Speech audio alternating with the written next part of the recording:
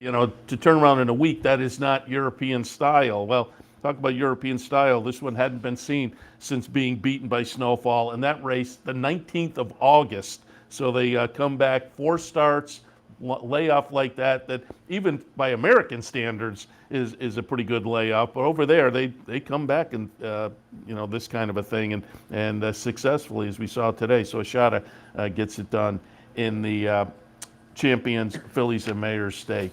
We turn the page to race number 4 on the card at Ascot, and they have their QE2 coming up in the 4th. And again, the horse to watch there will be Palace Pier. Baid, I thought, was a little bit interesting with the 5-for-5 record. I was reading Sporting Life last night, and they described Baid as a young pretender behind Palace Pier. But they'll be the two that will attract attention in the upcoming race, which is now, I'm guessing it's supposed to go off at, 10:10. So folks can look forward to that one coming up. Any thoughts on the QE? It's the acid test for Baid. I mean, he did win a Group 1 last time in the Prix de Moulin at Longchamp, but that's not. It is a Group 1. It's nowhere near, the importance of the top Group 1 races in Europe. And the horse he beat, Order of Australia, who did win the turf last year, the mile, excuse me, was dead last last week in the Keeneland turf mile. So, he's 2-1. But Palace Pier sets the bar in Europe. There's no doubt about it. He's by far the best turf miler in Europe. So, yes, Baid is 5-for-5. Yes, he comes in off a Group 1 win. But like I said, the Prix de Moulin is not any great shakes. And you look at what Palace Pier's done. He beat Poetic Flair in the Le Merrow at Deauville. He wins the Queen Anne, which is historic, at Royal Ascot. He won the Lock-In as well. He is by far the standard in Europe, and Baid's going to have to get to him. I'm not sure he's going to be able to. All right, let's jump in and shift our attention to Belmont. Yeah, let's do it. It's a 12:35 post. I think they moved that up. Was it last week or what have you? So, yeah, Seth will kick it off, 12:35, early pick 5 here. We've got $30,000 maiden claimers, 3 and up, 6 on the main track. 1, 4, 7, and 2. I put Motion to Strike on top.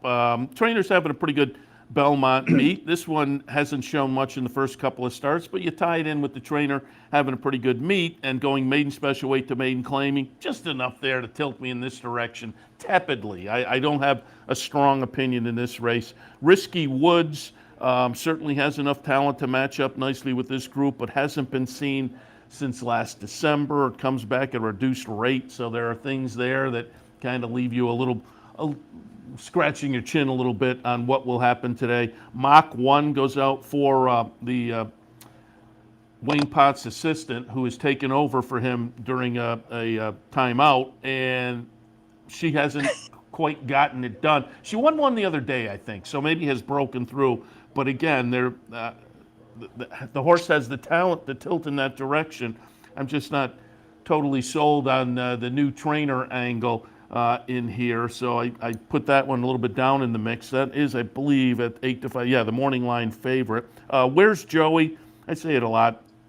In a race like this, you can go with a fresh face, but there were no siblings to find racing from the Dam. But the Dam herself was second in debut and won her 3rd career start. So I could make maybe a little bit of a case for Where's Joey, again, as a quote-unquote fresh face in here. But for me in the opener, 1, 4, 7, and 2.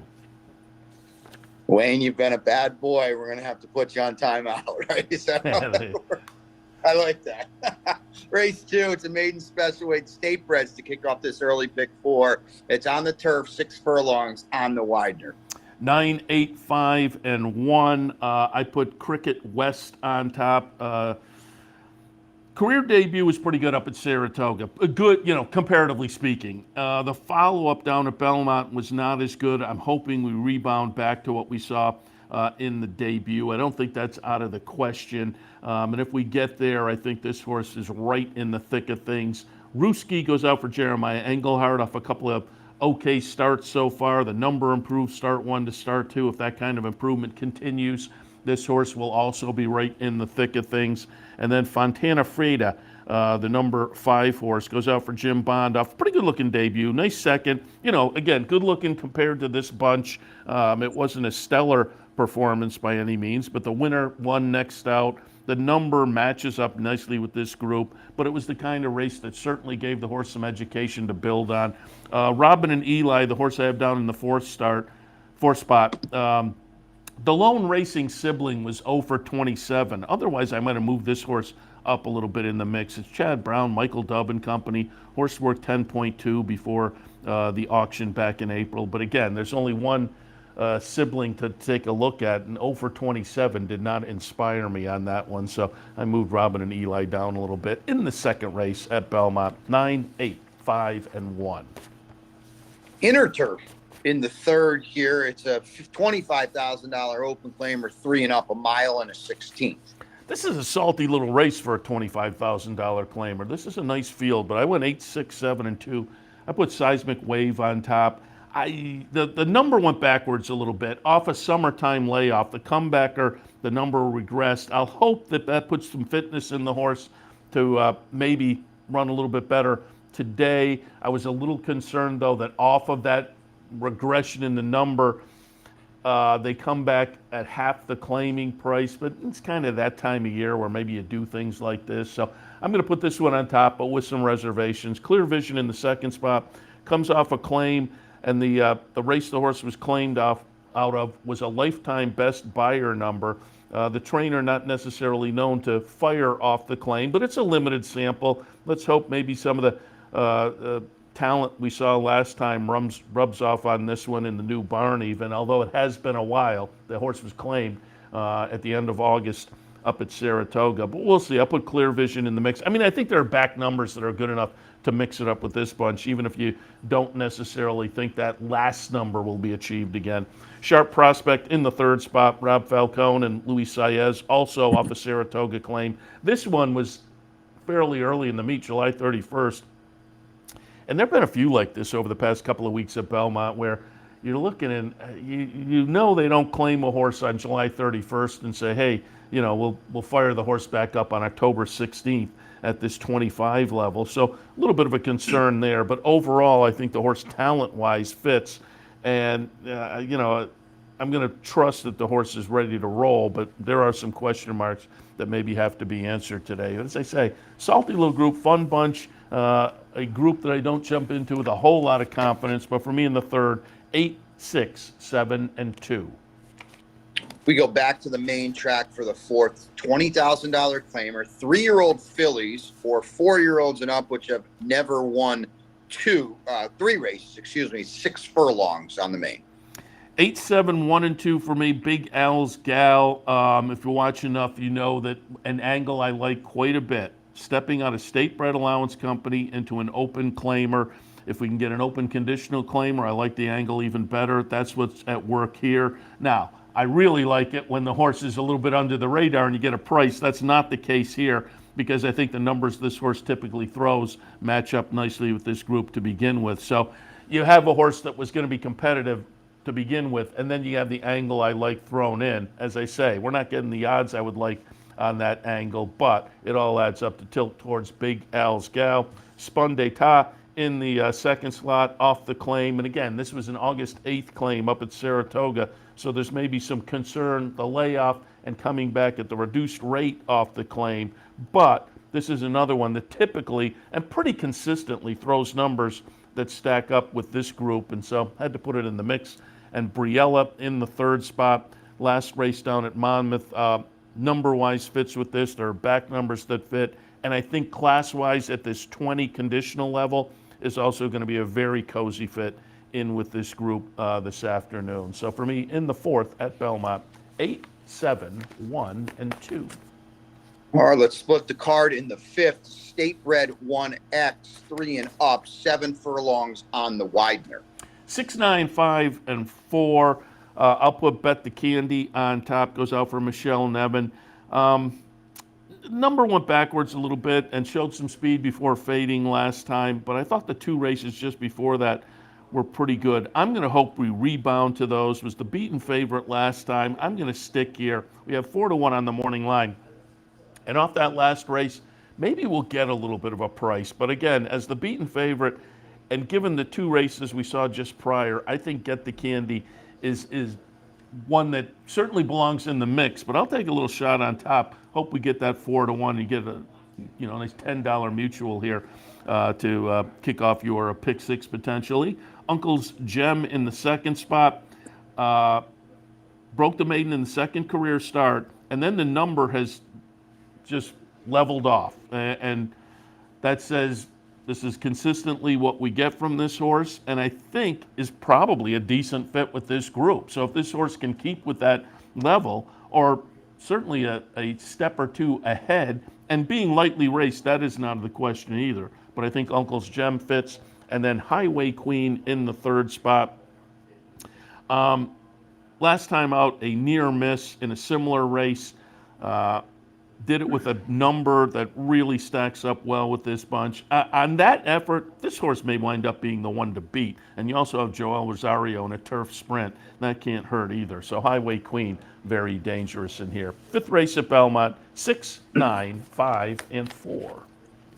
All right, that'll bring us to another break on the Saturday edition of the Handicappers Report. 5 down at Belmont. When we come back from the break, Seth will get into that late pick 5. Stay tuned.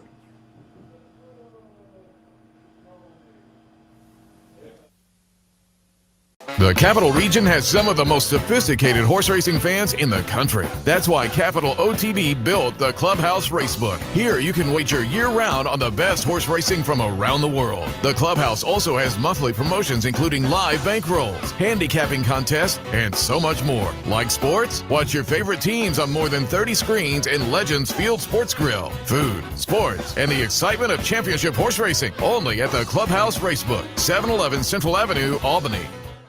Where's the best place to find your favorite teams, your favorite food, daily drink specials, and wagering on live horse racing? Legends Field Sports Bar, 711 Central Avenue, Albany. Get your game on day or night with 75 flat-screen TVs, tournament-style pool tables, a private banquet room, and live horse racing. So if someone asks you, where's the best sports bar in the Capital Region? Tell them Legends Field Sports Bar, inside the Clubhouse Racebook, 711 Central Avenue, Albany.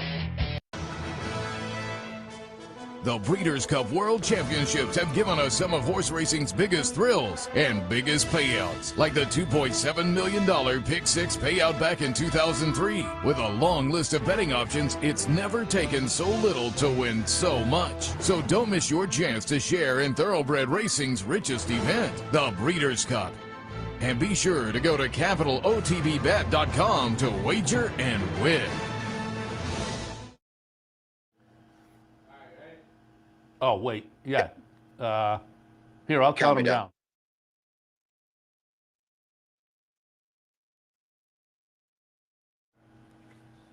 Welcome back to the Saturday Handicappers Report. Brian and Seth with you. We got through 10 at Keeneland. We've gotten through 5 at Belmont, which means we've got to get through 5 more as we draw in on the QE2 over at Ascot, and an awesome clash between Palace Pier and Bailly coming up at 10 after the hour. So Seth's got a little time to wrap it up at Belmont. Race 6. Seth, they did this last weekend too.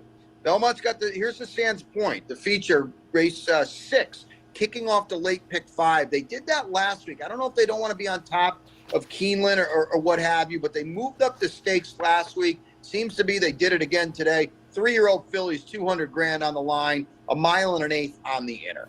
Well, you and I were talking off the air, and I have Joe Clancy coming up next on Racing Across America, and he's going to talk jump racing because we have Far Hills this afternoon. And 3 of those races are in the cross-country pick 5, and that also includes race 5 and race 6 from Belmont. So maybe that worked into it a little bit this week. I'm not sure. Last week was kind of funny that they were early. I was wondering if they didn't want to overlap with Keeneland as well. But 6th race today at Belmont is the Sands Point. I have it 5, 3, 7, and 6. I put Higher Truth on top. Chad Brown, runner coming off of tried that series of races for the fillies: Belmont Oaks, Saratoga Oaks, Jockey Club Oaks Invitational. Ran a close-up 3rd in the first, and then a close-up 2nd in the next 2. I just think again, you don't want to get stuck with a horse in the bridal party, so to speak, just doesn't like to get it done. I think that's not necessarily the case with this horse. Still lightly raced, 2 wins and 6 starts, has been just not getting it done in the last few, but I think stands a good chance to break through today.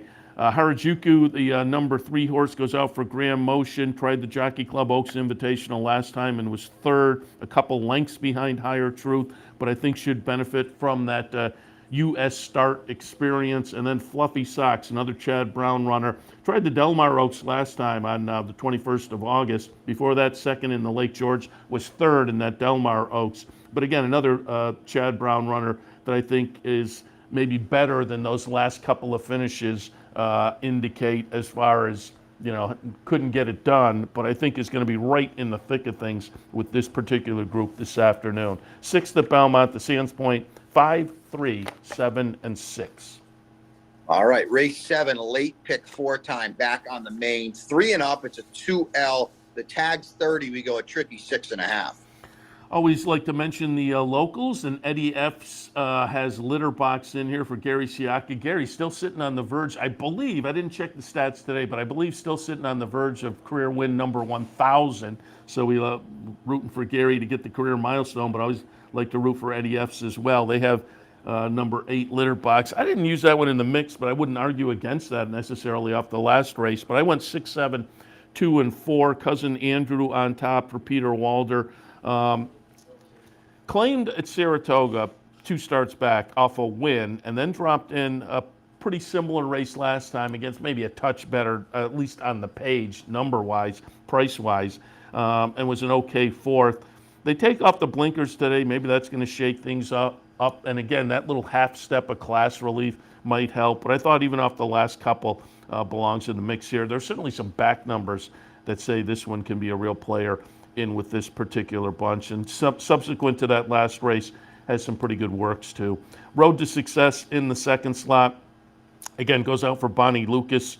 Comes off the claim and certainly fits off the last race. But again, that was another barn. Now moves into the barn of again, Wayne Potts' assistant, who so far, and as I say, I think she won yesterday or the day before. So maybe moving in the right direction at this point, but I just couldn't pull a trigger on the stats I was looking at. Hoopla goes out for Bruce Brown, steps back into claiming company, broke the maiden for a tag, and then was in a couple salty starter allowance races, showed some speed before fading. I think in this $30,000 conditional will be a player class-wise in here. 7th at Belmont, 6, 7, 2, and 4. One last chance at a pick 3 in the 8th, and we're back on the inner $30,000 2L Fillies and Mares, 3 and up. We go a mile and a 16. Speaking of pick 3, and I'm just looking because I think folks still have a chance. There is a pick 3. I have a $100 pick 3 bankroll today, and I think if you go to the website, I think you can still maybe get your chance to be on the team. So check that out. Go to capitalotv.com. But I'll be playing some pick 3s today with the bankroll. We'll see if we can. Last week it worked out nicely. We'll see if we can keep it rolling. Yeah, there we go. There is the pick 3 bankroll graphic. So again, check the website to see if there's still availabilities to get your shot to potentially get on the team. But the 8th at Belmont today, I have it 6, 7, 8, and 11. The 11 is first up on the AE list. If that one doesn't get in, maybe pull in the 4. But Freedom Machine, Rick Schosberg trainee that again is making that move that I mentioned earlier. State bred allowance into an open conditional claimer. On that move, I'm tilting towards this horse. I hope the 11 does get in because I think the Pletcher runner will take some money and maybe we'll get a little more value on Freedom Machine. But I'll tilt in that direction again on the class move. Gabby Squared in the 2nd spot. Broke the maiden at Monmouth last time in the 6th career start for Chad Brown. Seems to have found kind of the comfort zone class-wise, and is going to be, I think, a good fit with this particular group today. And then Infringement in the 3rd spot. Like the top pick, moving state bred allowance into an open conditional claimer. This one's offering 10 to 1. And I debated. I went back and forth between my top pick and this one. given that they're both making that same class move that I find intriguing. And this one at 10-1 is very interesting. I wound up putting it in the third spot, but again, on the class move, and if you're getting that price, do not fall asleep on infringement in here. The 8th at Belmont, 6, 7, 8, and 11. Race 9, late double time. State bred 1X, fillies and mares 3 and up, 6.5 on the main track. I have it 1, 7, 8, and 4. Quantitative Breezin on top. Comes off the claim for Jeffrey Engelhart. He's okay off the claim, but more importantly, this horse just seems to be in good form. The last 3 starts, the number and finishing position improved, so just seems to be moving in the right direction. If the form holds moving into the new barn, this one is going to be very tough in here. Mia Be a Star in the second slot. Comes off a nice second place finish last time against starter allowance types up at Saratoga in an off the turf event. Goes out for Orlando Noda and maybe benefits from the fitness gain there because took much of the summer, late spring and summer off. So maybe gained, as they say, a little fitness from that one. And in the third slot, we'll take a look at Mosienko, who their back numbers that are okay. The last couple, not so much. I just had a feeling this horse might fit nicely with this particular bunch and get a little bit of a wake-up call and a rebound, but definitely will need to rebound in here. In the 9th at Belmont, 1, 7, 8, and 4. All right, let's wrap it up on the Widener in the finale, the 10th, a $40,000 maiden claimer, fillies and mares 3 and up. We go 7 furlongs. 11, 7, 8, and 10. I thought the 6 was a little bit interesting as well, but Phenomenal Woman goes out for Christophe Clement. Maiden special weight to maiden claimer. Off a debut that was okay, but then you add in the class relief. I think this horse just in natural progression in the second start of the career with that added class relief becomes very dangerous. Escape with Friends goes out for Mike Deeney, owner-trainer Mike Deeney, and I think is going to fit with this group. Ran in a similar race last time and didn't show much. But I'm just looking at the horse as compared to this particular bunch today. As I say, I think it's going to fit. And New York Dancer, pretty similar to the top pick, I think will benefit from the career debut and perhaps move forward. Race number 10 at Belmont, 11, 7, 8, and 10.